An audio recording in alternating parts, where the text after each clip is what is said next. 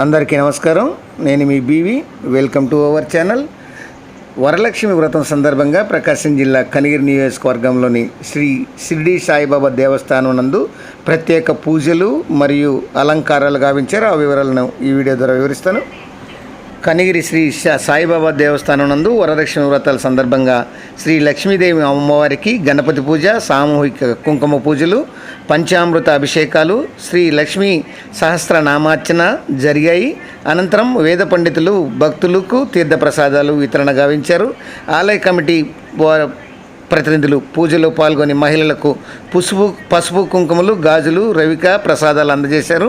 ఈ కార్యక్రమంలో ఆలయ కమిటీ అధ్యక్ష కార్యదర్శులు దేవకి సుబ్రహ్మణ్యం, పెన్నా వెంకటేశ్వర్లు, ముచ్చెర్ల ధర్మారావుతో పాటు ఏసీ చెంచులు, విసి రామశాస్త్రి, మండల వెంకటేశ్వర్లు తదితరులు పాల్గొన్నారు.